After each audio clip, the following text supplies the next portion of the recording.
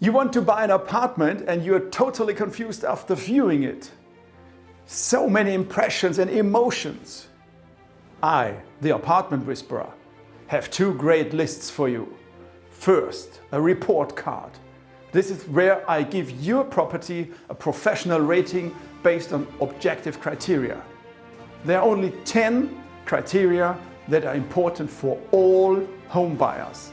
Like, for example, location, neighborhood, building fabric, public transport connections. You can always sell a property with good marks. Second, a list of pro-contra arguments. This is a list of the most important pros and cons of the property for you.